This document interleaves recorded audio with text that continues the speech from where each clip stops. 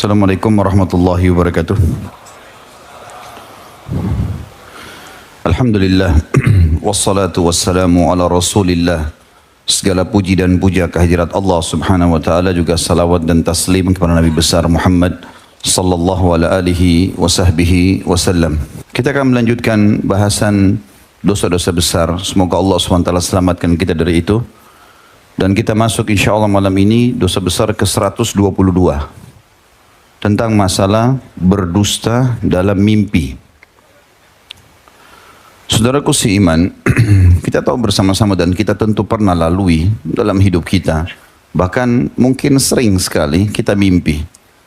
Dan mimpi ini dijadikan oleh sebagian ulama sebagai dalil akal atau secara akal tentang buktinya ada alam gaib. Di antaranya Syekh Abu Bakar Jazair rahimahullah menjelaskan masalah itu dalam buku beliau tentang masalah mimpi itu bagian daripada bukti adanya alam gaib. Karena kita dalam kondisi tidur tapi melihat diri kita seperti naik di atas tunggangan. Kalau kita mungkin kendaraan sekarang, mungkin naik pesawat, ngobrol sama orang, makan. Kemudian juga ada hal-hal yang kadang-kadang yang kita tidak sukai, ya, mungkin berkelahi dan yang lainnya. Maka semua ini bisa dirasakan efeknya. Pada saat orang bangun, kadang-kadang masih dirasakan efeknya. Sementara dia sendiri ada di ranjangnya. Berarti ini secara akal dan bisa kita rasakan setiap saat ada sesuatu yang gaib. Selain daripada tentu banyak hal-hal yang kita bisa rasakan tapi tidak terlihat. Seperti perasaan kita, rasa suka, rasa sedih, marah, lapar, haus. Kita bisa rasa tapi tidak kelihatan. Maka ini semua bukti-bukti nyata tentang adanya alam gaib. Secara akal, gitu kan. Bahwasanya ada hal-hal di sekitar kita, kita nggak bisa lihat dengan mata tetapi bisa dirasakan. Tapi itu bukan hal yang akan kita bahas pada malam ini. Yang kita akan bahas fokus adalah tentang masalah mimpi itu sendiri dari sisi dalil-dalil syar'i, bagaimana agama memandang tentang masalah mimpi. Lalu kita masuk ke bahasan kita, haramnya berdusta dalam mimpi itu atau menyampaikan mimpi kepada orang lain. Saudaraku seiman, mimpi ini dibagi tiga oleh Nabi alaihi salatu wassalam. Mimpi itu dibagi tiga oleh Nabi alaihi salatu wassalam. Disebutkan di dalam sebuah riwayat yang sahih dari sahabat Nabi yang mulia Auf ibn Malik radhiyallahu anhu. Dan hadis ini sahih diriwayatkan Ibnu Majah dan Ibnu Abi Syaibah. Kalau Nabi SAW bersabda mimpi dibagi atau terbagi menjadi tiga kriteria. Yang pertama, mimpi buruk dan menakutkan. Juga menyedihkan. Dan kata Nabi, pastikan itu dari syaitan. Saya ulangi, mimpi yang pertama ini, mimpi buruk yang kita tidak suka, menakutkan, dan menyedihkan. Semua itu dari syaitan. Yang kedua, Nabi SAW mengatakan mimpi yang menggelisahkan seseorang karena terus saja terbawa walaupun dia sudah bangun. Dan ini biasanya disebabkan karena gejolak yang sedang ada di benaknya, baik di hati ataupun di pikirannya. Misal dia sedang berpikir untuk membuka sebuah usaha. Terus kemudian dia berpikir untuk meminjam uang dari seseorang. Atau dia berpikir untuk memodel tertentu tokohnya. Kemudian dia mimpi melihat itu. Itu karena terbawa dengan perasaan dia. Ya. Kemudian yang ketiga adalah mimpi yang merupakan petunjuk dan merupakan cabang dari mukjizat kenabian atau dikenal dengan ru'ya shadiqah. Juga dalam hadis yang lain, hadis yang sahih riwayat Bukhari, Abu Hurairah meriwayatkan radhiyallahu anhu bahwasanya Nabi alaihi salatu wassalam bersabda, mimpi itu tiga macam. Bisikan hati, maksudnya tadi di hadis yang sebelumnya poin nomor 2, ini ya. Bisikan hati artinya apa yang sedang terlintas di benak dia yang terlalu dia fikirkan sehingga terbawa dalam mimpinya. Kalau dia lagi pengen sekali makan makanan tertentu dan dia tidak dapat, akhirnya datang dalam mimpi. Mungkin yang bujang-bujang pengen sekali nikah sama seseorang, tapi dia mengkhayal tidak bisa dijangkau, lalu mimpi menikah sama orang itu. Itu bisikan-bisikan hati. Yang kedua, kata Nabi SAW, ditakut-takuti oleh syaitan. Ini mirip tadi dengan hadis yang sebelumnya, bagian yang pertama. Ya, cuma di sini ya, terbalik. Dan yang ketiga, kabar gembira dari Allah. Kabar gembira dari Allah itu tadi mirip juga dengan hadis sebelumnya. Dia adalah bagian ketiga, itu dikenal dengan ru'ya sadiqah. Teman-teman sekalian, beranjak daripada sabda Nabi SAW tadi, dua buah hadis yang sahih ini, maka para ulama hadis merincikan, mengatakan bahwasanya mimpi yang pertama yang dianggap dari syaitan atau mimpi dari syaitan tidak perlu seseorang menceritakannya, apalagi ditakwilkan atau ditafsirkan. Semua yang membuat antum sedih, membuat antum gelisah, gak usah cerita, tutup mulutnya. Mau sama pasangan hidup kah?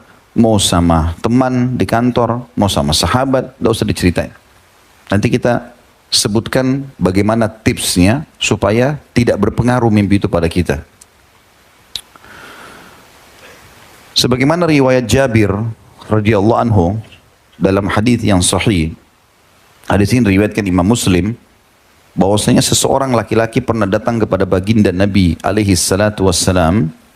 Kemudian orang ini berkata, "Ya Rasulullah, aku mimpi melihat kepalaku dipenggal.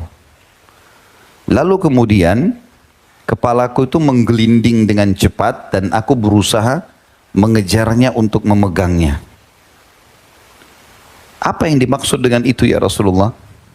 Lalu Nabi SAW tertawa dan mengatakan, "Apabila syaitan mempermainkanmu dalam mimpimu, maka janganlah kau menceritakannya."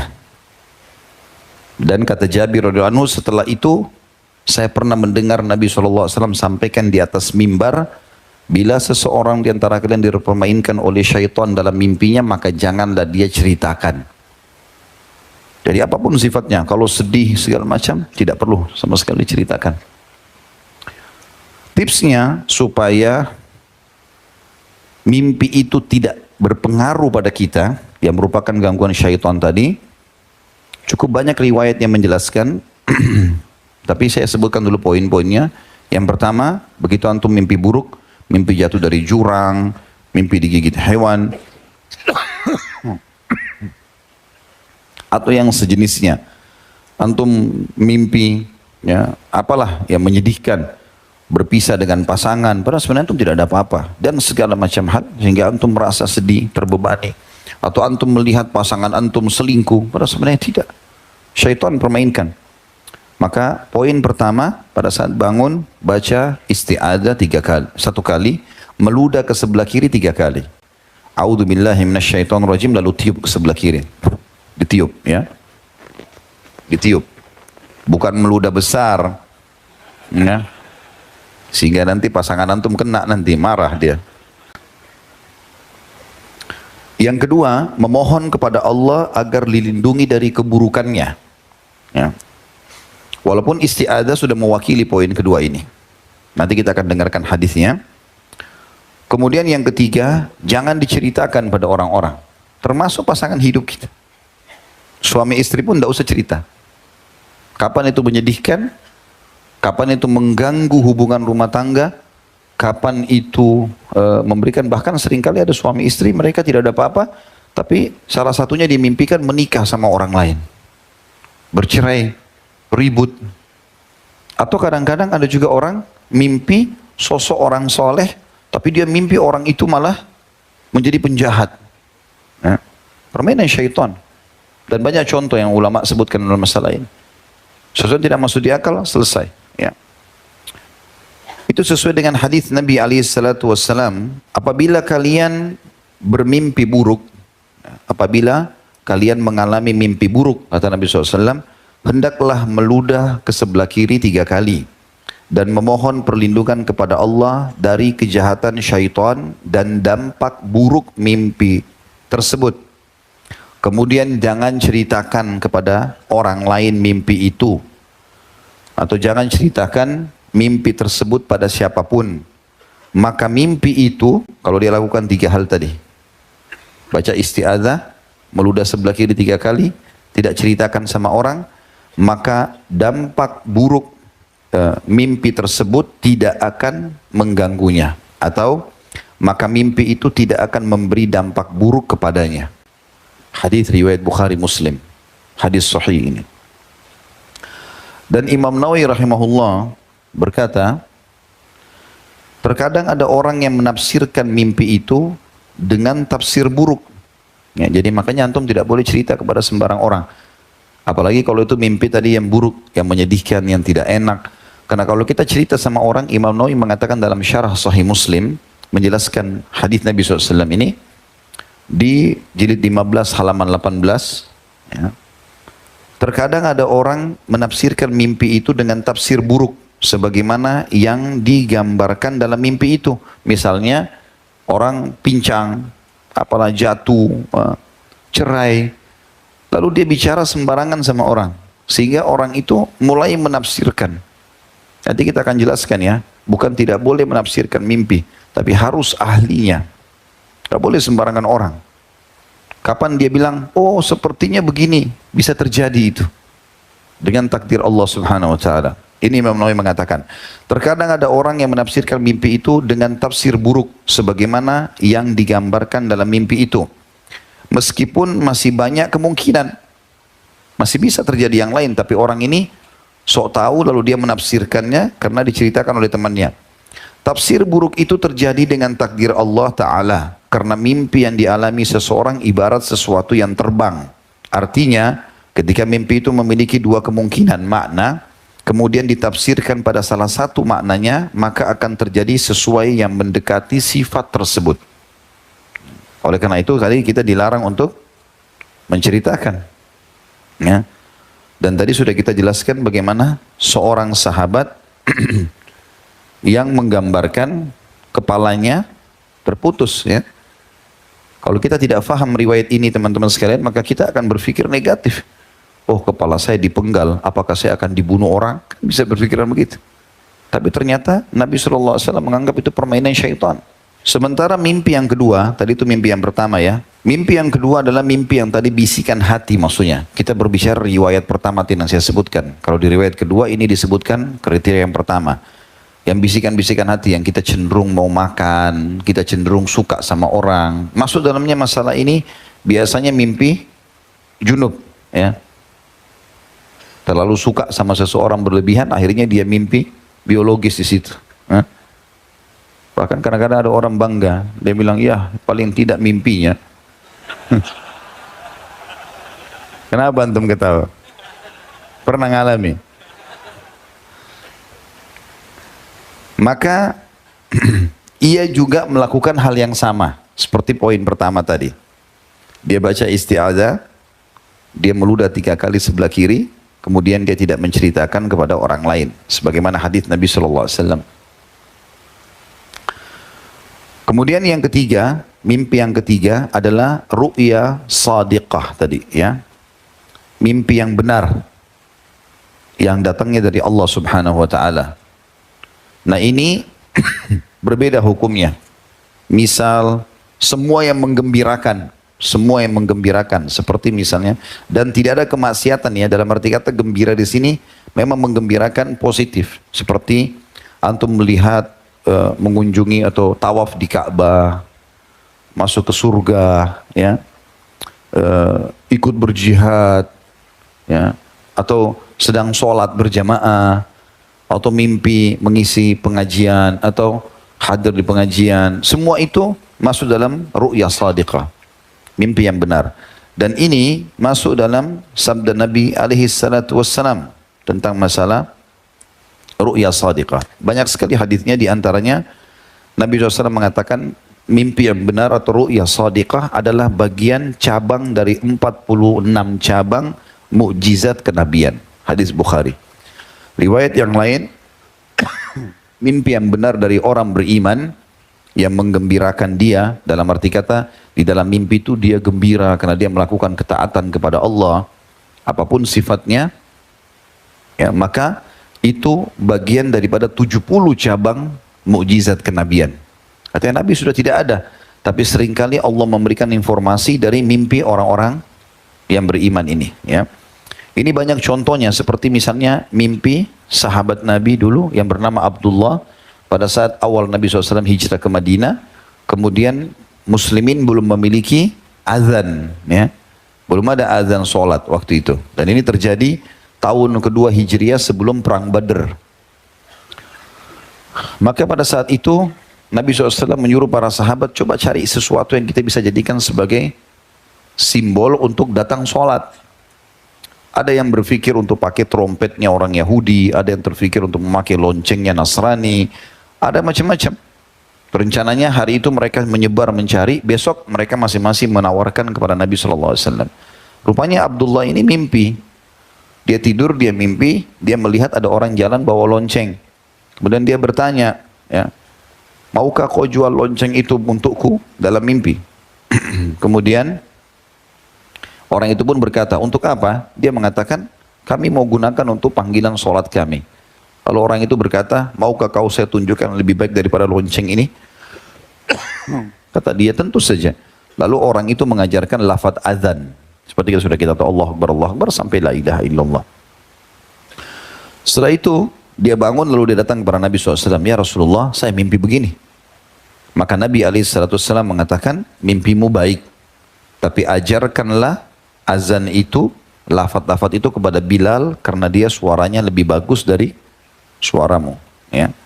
Maka jadilah Bilal muadzin Nabi SAW. Ini contoh. Dan cukup banyak tentunya contoh-contoh ru'ya shadiqah. Ya. Ru'ya shadiqah cukup banyak. Dan Imam Malik mengatakan tidak seluruh mimpi patut diceritakan, hanya mimpi-mimpi baik saja. Dan termasuk sunnah Nabi SAW memang diceritakan mimpi itu. Kalau mimpi baik ya, sunnah Nabi boleh kita ceritakan. Oh, saya mimpi mendatangi ini dan itu. Misalnya, saya datang ke Mekah, saya mengunjungi masjid Nabi, saya melihat ini dan itu semuanya adalah bagian dari mimpi yang baik. Termasuk mimpi bertemu dengan Nabi SAW. Nanti kita sebutkan juga di poin-poin kita itu. Semua mimpi yang baik ini, terutama dari para nabi, kalau mimpi nabi semuanya ru'ya shadiqah. Kalau mimpi nabi semuanya ru'ya shadiqah. Artinya semuanya petunjuk dari Allah. Kalau kita tadi selain nabi masih dibagi 3 kriterianya kan. Tapi kalau nabi-nabi semuanya mimpi baik. Jadi bahkan Nabi Muhammad SAW mengatakan dalam hadis Bukhari, sesungguhnya wahyu datang kepadaku terkadang dalam bentuk mimpi. Ya. Terkadang dalam bentuk suara lonceng yang keras. Terkadang ya, masuk ke dalam benak hatiku. Dan terkadang aku diajak bicara langsung oleh malaikat Jibril. Maka mimpi para nabi semuanya benar. Dan itu petunjuk. Kisah masyhur tentang mimpi nabi-nabi ini diantaranya Nabi Ibrahim alaihissalam yang masyhur pada saat mau menyembelih anaknya Ismail alaihissalam yang Allah sebutkan dalam surah As-Saffat. Surah nomor 37 ayat 102 sampai 105. Kalau yang punya program Al-Quran di handphone dibuka ini. As-Saffat surah 37 ayat 102 sampai 105. A'udzu billahi minasyaitonir rajim. Falamma balaga ma'ahu as-sa'ya qala ya bunayya inni ara fil manami anni azbahuka fanzur madza tara. Qala ya abati if'al ma tu'mar satajiduni insyaallahu minas sabirin. Itu As-Saffat 102 yang artinya pada saat Ismail sudah sampai umur dewasa, maka Ibrahim ayahnya alaihissalam berkata, wahai anakku, sesungguhnya aku melihat mimpi. Ya. Di dalam mimpiku itu aku melihat aku menyembelihmu. Maka lihatlah Bagaimana pendapatmu? Kalau tadi, ingat riwayat sahabat tadi, riwayat Jabir, sahabat mimpi lahirnya di penggal, ya. Lalu Nabi bilang apa? Itu dari syaitan. Tapi itu tidak berlaku untuk para nabi-nabi. Kalau Nabi benar. Makanya saya sengaja datangkan ini untuk menjelaskan pengecualian. Kalau kita mimpi kepala kita dipenggal, itu berarti dari syaitan. Sudah selesai. Kita ambil riwayat Jabir tadi. Hadis yang sahih itu. Tapi kalau nabi-nabi, itu berarti benar. Makanya Ibrahim alaihissalam menanyakan kepada anaknya Ismail alaihissalam dan Allah ceritakan dalam Al-Quran. Bagaimana pendapatmu? Dia mengatakan, wahai ayahku tercinta, lakukanlah apa yang diperintahkan kepadamu, maka pastilah engkau akan mendapatkan aku dengan izin Allah termasuk orang-orang sabar. Perhatikan kalimat Nabi Ismail alaihissalam yang mengatakan, ya abati fa'al ma tu'mar. Kalimat ma tu'mar, wahai ayahku tercinta, kerjakan kepadamu apa yang diperintahkan. Kata ulama tafsir, Ismail alaihissalam sangat faham mimpi ayahnya Ibrahim karena dia nabi berarti benar. Berarti perintah Allah. Syaitan gak bakal datang menggoda nabi-nabi. Gak ada permainan syaitan ke nabi-nabi. Mereka tidak bisa itu. 103-nya, falamma aslama watallahu lil jabin, pada saat keduanya sudah menyerahkan diri, pasrah dengan keputusan Allah dalam mimpi tadi harus disembeli, Ibrahim harus menyembeli anaknya Ismail alaihissalam, dan sudah diletakkan di atas pelipisnya, maksudnya sudah ditidurkan dan sudah akan disembelih lehernya. 104-nya berbunyi, wanadainahu ayya Ibrahim. Maka pada saat itu benar-benar mereka sudah ikhlas dua-duanya. Ismail sudah pasrahkan lehernya, Ibrahim sudah mengayunkan pedangnya, sudah mau disembelih anaknya. Ujian Allah berat pada saat itu.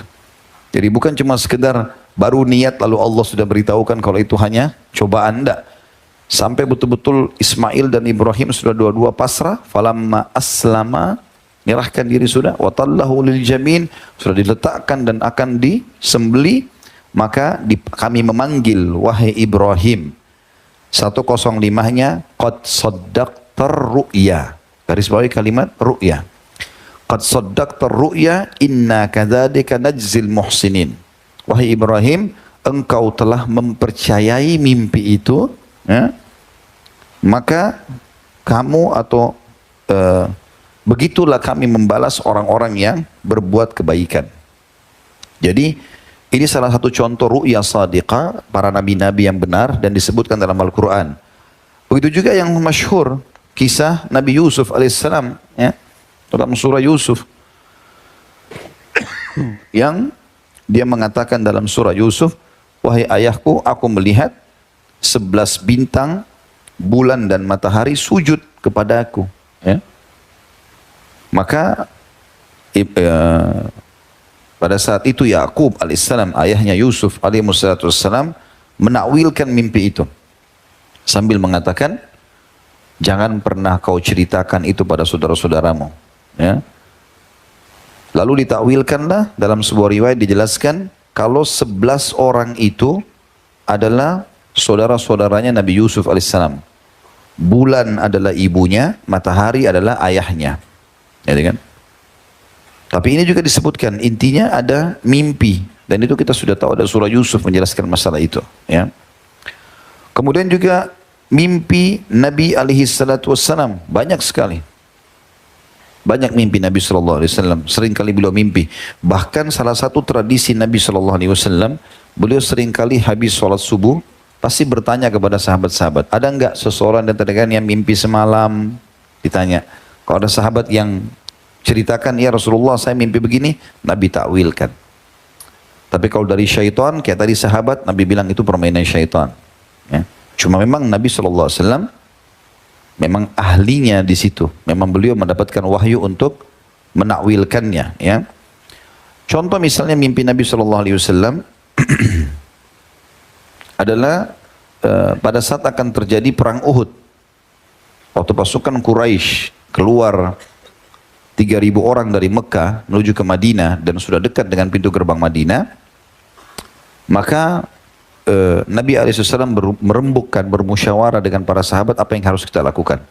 Para sahabat Nabi yang tidak sempat ikut di perang Badr lalu mendengar perang Badar yang tahun 2 Hijriah, sementara perang Uhud tahun 3 Hijriah, itu ada malaikat yang datang, para syuhadanya mati dan berbicara dengan Allah.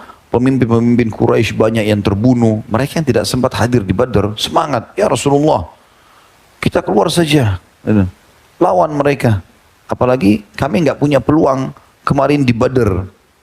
Sebagian sahabat mengatakan, ya Rasulullah, bagaimana pendapat Anda? Nabi mengatakan kalau saya cenderung bertahan di dalam benteng.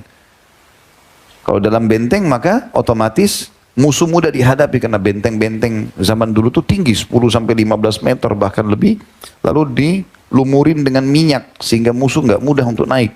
Kadang-kadang juga kalau mereka tempelkan tangga, disiram lagi dengan air panas, ya, atau apalah lahar yang panas yang dipanasin lalu dilemparkan ke musuh-musuh gitu. Tapi rupanya mayoritas sahabat berharap Nabi SAW keluar.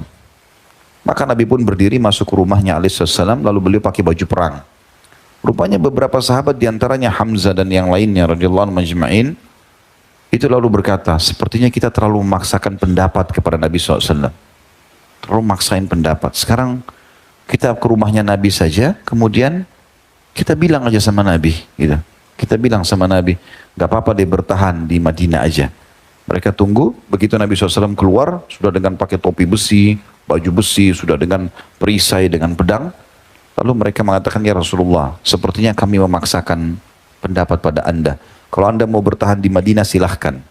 Maka keluarlah sabda Nabi SAW yang masyhur, tidak layak bagi seorang Nabi kalau sudah mengenakan baju perang, melepasnya kembali sampai Allah berikan petunjuknya. Dia menang atau dia kalah dari musuhnya. Dan ini ciri seorang Muslim. Kalau sudah berazam, bertekad, dan itu kebaikan, tawakal ala Allah. Gak boleh ragu-ragu. Jalan, selama itu kebaikan jalan. Maka pada saat itu Nabi SAW mengatakan, aku melihat mimpi. Aku melihat mimpi. Kata para sahabat, apa mimpi Anda Rasulullah? Kata Nabi SAW, aku melihat ada retakan di pedangku. Kemudian aku juga melihat ada sapi yang disembelih. Dan aku melihat aku masuk ke dalam sebuah benteng yang kokoh. Kata para sahabat, apa takwilnya ya Rasulullah? Kata Nabi SAW, kalau pedang yang retak itu berarti ada sahabatku yang terbunuh. Kalau sapi yang disembelih berarti ada kerabatku yang mati. Dan benteng yang kuat adalah kota Madinah. Dan betul terjadi seperti yang Nabi SAW takwilkan masalah itu. Dan cukup banyak tentu contoh-contoh yang berhubungan dengan masalah itu. Orang-orang juga pernah ada seorang wanita datang kepada Nabi SAW dan beliau menakwilkan itu ya, mimpinya. Tapi ini Nabi SAW, beliau memang layak untuk menakwilkan mimpi. Ada seorang wanita mengatakan, ya Rasulullah, saya mimpi ya, ada anak kecil atau ada bagian dari anggota tubuh Anda, maaf, ada bagian dari anggota tubuh Anda di rumahku, kata ibu itu. Kebetulan ibu ini, dia memang suka menjual jasa ASI. Ya. Maka dia mengatakan, ya Rasulullah, aku mimpi semalam melihat bagian dari tubuh Anda ada di rumah kami. Maka kata Nabi SAW, itu menandakan Fatimah akan melahirkan anak beliau SAW radhiyallahu anha, Fatimah Zahra akan melahirkan anak laki-laki dan dia nanti anak itu atau cucuku akan disusui olehmu. Maka terjadilah seperti yang disampaikan oleh Nabi SAW. Nabi SAW menekankan dalam sebuah hadis yang sahih, apabila seseorang dari kalian melihat mimpi yang menggembirakan, mimpi yang benar, hendaklah ia mengucapkan Alhamdulillah dan ceritakan ke orang lain. Tadi saya bilang mimpi tawaf di Ka'bah, mimpi masuk surga, boleh kita sampaikan. Bahkan bagian dari sunnah Nabi SAW kita menyampaikan. Tapi ingat ya, mimpi yang menggembirakan dan baik. Kapan itu menyedihkan, menyusahkan, atau masalah aib orang, maka itu semua dari syaitan. Lakukan tadi poin-poin yang sudah kita jelaskan. Kata Nabi SAW, apabila seseorang dari kalian melihat mimpi yang menggembirakan, maka hendaklah ia mengucapkan Alhamdulillah dan ceritakan ke orang lain. Sebaliknya, bila mimpinya buruk, ya, menyedihkan, atau memunculkan duka citanya, ya, maka pastikan itu dari syaitan. Karena itu ia hendak mengucapkan isti'adzah. A'udzubillahi minasyaitonirrajim, dan jangan menceritakan pada orang lain karena mimpi itu tidak akan mendatangkan mudarat padanya. Hadis ini riwayat Bukhari. Ya. Ulama merincikan tentang masalah permainan syaitan tadi yang dilarang untuk menceritakan juga ini. Yang paling sering dalam rumah tangga itu dimimpikan selingkuh, diahnya atau pasangannya selingkuh, supaya terjadi cekcok. Kapan antum mimpi ini? Baca isti'adzah. A'udzubillahi minasyaitonirrajim. Meludah sebelah kiri 3 kali, kemudian jangan ceritakan, termasuk sama pasangan kita. Kapan antum terpancing? Bangun tengah malam, korek. Saya mimpi tadi. Kamu jalan sama ini dan itu, ya. Pasti benar. Ini handphonemu saya periksa. Ini dia jadi syaitan manusia, ya, yang mendukung syaitan jin. Ini kalau ada syaitan jin di sini marah sama kita nih, kita bongkar kedoknya, ya. Jadi tidak boleh cerita. Itu contoh ulama mengatakan dalam masalah rumah tangga. Yang paling sering dimimpikan perselingkuhan atau tadi mimpi junub, ya. Kalau orang mimpi junub sesekali mungkin masuk akal. Tapi kalau ada orang rutin seminggu sekali,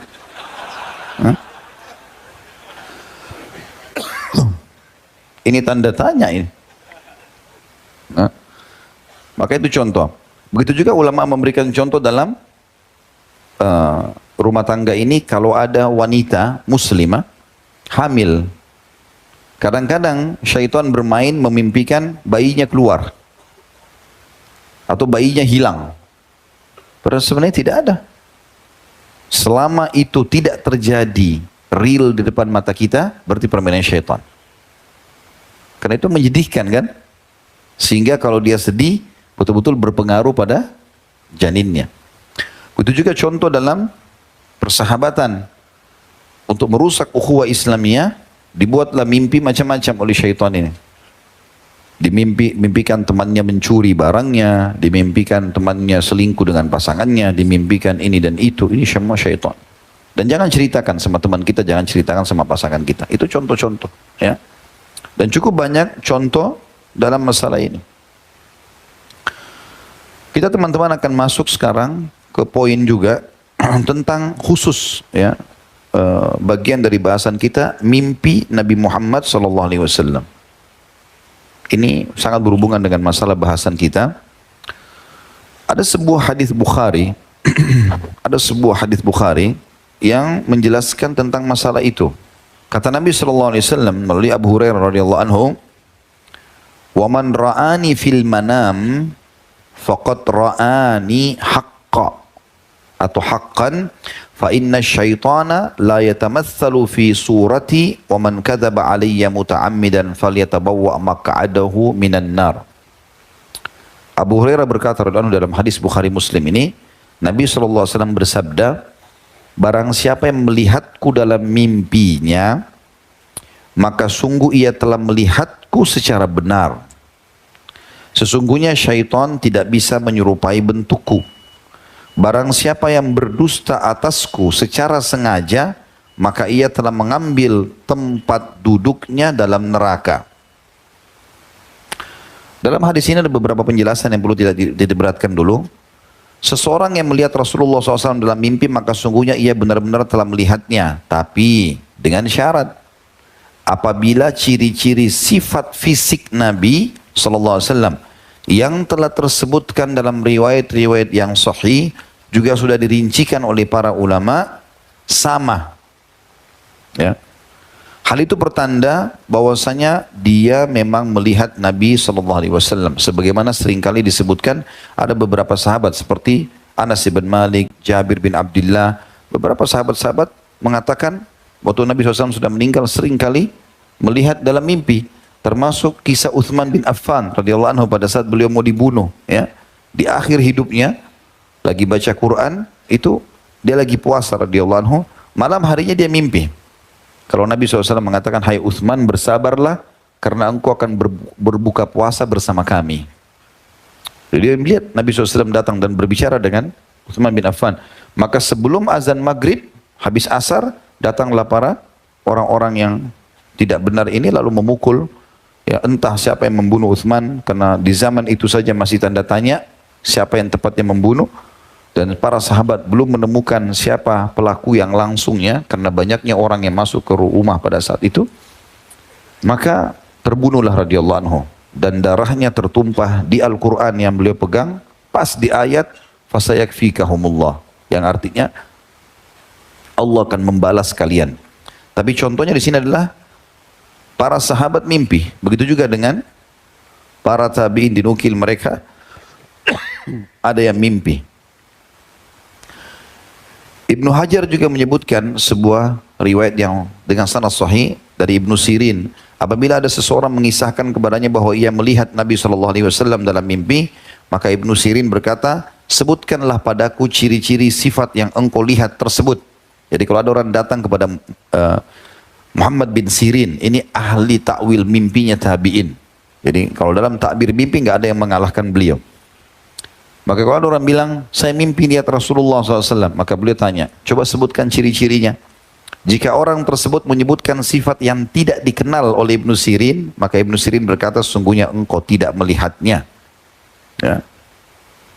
Begitu juga diriwayatkan Ibnu Hajar tentang riwayat Ibnu Abbas radhiyallahu anhuma dengan sanad yang baik. Ibnu Kulaib berkata, aku katakan kepada Ibnu Abbas, aku melihat Nabi SAW dalam mimpi. Ibnu Abbas radhiyallahu anhu lalu berkata, sebutkanlah ciri sifat-sifatnya padaku.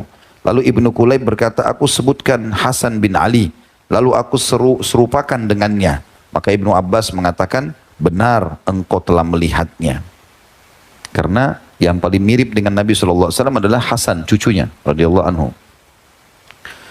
Ciri-ciri Nabi SAW sudah masyhur, alisnya tebal, hitam seperti busur panah, ya, kemudian dahinya, pipinya ini lebar, ya, wajah beliau SAW maksudnya tidak bulat, tidak oval. Kemudian beliau memiliki kulit yang sangat putih, saking putihnya sampai pipi beliau kemerah-merahan, rambutnya hitam pekat, ya, kemudian berombak dan sering kena dibiarkan sampai kuping ataupun pundak alaihissalam. Beliau punya dada, pundak yang lebar, dan anggota tubuh beliau jenggotnya panjang sampai ke dada atau kathif diistilahkan, dan juga di bagian tangan, di bagian dada beliau SAW itu ada, di bagian kaki, di betis itu banyak bulu, ya, alaihissalam. Dan postur tubuh beliau jarbuk tidak terlalu tinggi besar dan tidak juga terlalu kecil, sedang. Ya, tentu di sini sedangnya adalah yang dimaksud badannya bagus alaihissalam, karena postur tubuh beliau sangat ideal. Maka kalau ada orang mimpi lalu mengatakan, saya lihat Rasulullah, ditanya bagaimana kulitnya, hitam, berarti bohong, nggak benar. Atau rambutnya keriting, berarti nggak benar. Atau badannya kurus, berarti nggak benar.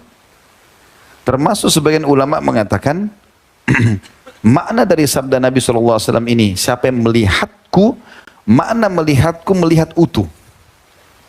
Ya. Jadi kalau ada orang cuma lihat pundaknya, ada orang cuma lihat tangannya, itu kan, maka tidak masuk dalam kategori itu. Karena orang biasa bilang begitu, saya lihat dalam mimpi Rasulullah, cuma saya lihat tangannya, cuma saya lihat punggungnya. Berarti ulama bilang itu belum melihat. Karena Nabi SAW bilang dalam hadis ini, siapa yang melihat aku, maksudnya dengan mata kepala, lihat utuh ciri-cirinya. Makanya tadi dinukil Ibnu Sirin, Ibnu Abbas, ya. Ini semua pada saat orang bilang lihat Nabi, ditanya sama dia, coba sebutkan cirinya. Kenapa disebutkan ciri? Maksudnya sama enggak ini? Kulitnya, rambutnya, segala macam. Kalau sama baru dikatakan dia melihatnya. Tentu ada sebagian ulama mengatakan tentang masalah apa yang menyebabkan orang itu bisa melihat Nabi alaihi salatu wassalam, ya. Yang pertama ditekankan oleh para ulama adalah cintanya kepada Nabi SAW dan cinta kepada sunnah beliau. Karena beliau sendiri berkata dalam sebuah riwayat Bukhari Muslim kepada seseorang sahabat, Abdullah bin Mas'ud mengatakan, seorang laki-laki datang kepada Rasulullah SAW lalu bertanya, ya Rasulullah, bagaimana pendapatmu tentang seseorang yang mencintai satu kaum dan ia tidak berjumpa dengan mereka? Maka Nabi SAW mengatakan, seorang manusia akan dikumpulkan bersama orang yang dicintainya. Juga ada sahabat yang masyhur dalam riwayat Bukhari mengatakan, ya Rasulullah, aku minta satu hajat Kata Nabi SAW, apa itu? Aku ingin bersamamu di surga. Lalu kata Nabi SAW, ada hajat yang lain? Tidak ada. Nabi tanya sampai 3 kali, tidak ada. Lalu kemudian berkatalah Nabi SAW, bantulah aku dengan memperbanyak, ya, memperbanyak untuk sujud, ya, memperbanyak sujud. Kemudian dalam hadis Bukhari juga disebutkan, ini disebutkan dalam buku Adabul Mufrad, bahwasanya Jubair bin Nufair meriwayatkan dari bapaknya, ia berkata, pada suatu hari kami duduk di dekat Mikdad bin Al-Aswad. Lalu seseorang lewat sambil berkata kepada Mikdad, kebaikanlah bagi 2 mata ini yang melihat Rasulullah SAW. Ya, maksudnya dia memuji sahabat yang sempat lihat Nabi dengan matanya, itu kemuliaan. Lalu Jubair menanggapi, demi Allah, kami berkeinginan melihat apa yang engkau lihat dan menyaksikan apa yang engkau saksikan. Ya. Kata sebagian ulama hadis, artinya kalau orang itu betul-betul ingin melihat Nabi SAW dari hatinya tulus, bisa kemungkinan Allah perlihatkan dia. Tapi ingat dengan ciri-ciri yang benar tadi. Karena dikuatkan dengan riwayat yang lain. Sebuah hadis yang berbunyi dari Abu Hurairah radhiyallahu anhu bahwasanya Rasulullah SAW bersabda, umatku yang amat mencintaiku atau yang sangat mencintaiku adalah manusia yang datang setelahku. Ya. Salah seorang dari mereka berkeinginan seandainya ia dapat melihatku meskipun mengorbankan keluarga dan hartanya. Artinya dia betul-betul rindu ingin melihat Nabi SAW. Bahkan kalau perlu seluruh hartanya apapun yang dia miliki semuanya diserahkan, diinfakkan demi untuk bisa melihat Nabi SAW. Tetapi ulama batasi juga di sini teman-teman. Bukan berarti ada amalan-amalan khusus seperti banyak buku-buku begitu. Baca salawat sampai 10.000 kali, segala macam. Ini belum pernah dinukil, ya. Walaupun baca salawat mulia, bagus sekali. Tapi yang dinukil oleh ulama tadi karena ada dalilnya, poin-poin yang sudah kita sebutkan. Baik, kita tutup teman-teman sekalian dengan inti bahasan kita. Apa yang kita sampaikan tadi tentang mimpi dan hukum-hukumnya dan berbagai macam dalil, ini perlu kita garis bawahi, bahwasanya harus benar. Kalau ada seseorang, dia menceritakan karena temannya cerita, oh dia mimpi lihat Rasulullah, si fulan lihat surga, dia juga ingin cerita, maka ini dia bohong, masuk dalam kategori dosa besar. Itu yang jadi bahasan. Saya bacakan cuma sedikit saja. Kata Syekh Muhammad di sini, sebagian orang ada yang sengaja membikin cerita mimpi yang tidak dialaminya untuk tujuan tertentu, misalnya untuk mendapatkan keistimewaan, popularitas, menumpuk materi, ya, atau menakut-nakuti orang yang sedang bermusuhan dengannya. Banyak orang awam memiliki kepercayaan tertentu terhadap mimpi, sehingga mereka amat tergantung dengannya. Orang-orang yang macam inilah yang banyak menjadi korban penipuan soal mimpi. Makanya tadi kita berikan kriteria yang 3 itu, ya. Jadi ambil kesimpulan, semua yang menyedihkan, tidak enak, jangan dipercaya udah. Baca istiadah, jangan cerita orang. Karena ini yang banyak ditunggangi oleh orang-orang yang tidak benar. Rasulullah SAW memberi ancaman keras kepada orang yang suka mengadang-adakan mimpi yang tidak pernah mereka lihat. Sebagaimana sabda beliau dalam hadis Bukhari di jilid 6 halaman 540, ini cuma 2 buah hadis saja. Yang pertama adalah sabda Nabi SAW, inna min a'zamil fara ayyadda'iya, inna min a'zamil fara ayyadda'iya ar-rajulu ila ghairi abih, au yuriya aynahu ma lam tara, wa yakula ala rasulillahi sallallahu alaihi wasallam ma lam yakul. Sesungguhnya di antara kebohongan terbesar adalah seseorang yang mengaku bernasab kepada selain bapaknya. Dia tahu bapaknya si A, dia nasabkan kepada si B. Ini sudah pernah kita bahas di dosa-dosa besar, tidak boleh, dan ini bisa kufur. Atau bercerita tentang mimpi yang tak pernah ia lihat, dan meriwayatkan atas Rasulullah SAW sesuatu yang tidak pernah beliau katakan. Ini termasuk kedudukan paling besar. Jadi ada 3 hal dalam hadis ini. Salah satunya adalah mimpi yang tidak pernah dilihat. Penutupan bahasan kita adalah hadis yang selanjutnya.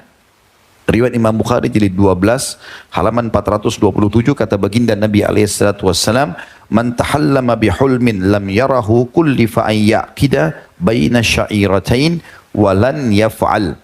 Barang siapa yang menceritakan mimpi yang tidak ia lihat, maka ia dibebani mengikat 2 biji gandum dan tentu ia tidak akan mampu melakukannya. Kata Syekh Muhammad, mengikat biji gandum adalah sesuatu yang mustahil. Biji gandum digabungkan tidak mungkin. Tetapi balasan itu setimpal dengan perbuatannya. Kata sebagian ulama, maksudnya adalah dia akan disiksa pada hari kiamat dan tersibukkan dengan itu. Kalau dia tidak bisa lakukan, maka akan dihukum dan dicambuk oleh para malaikat. Ini termasuk ancaman yang berat.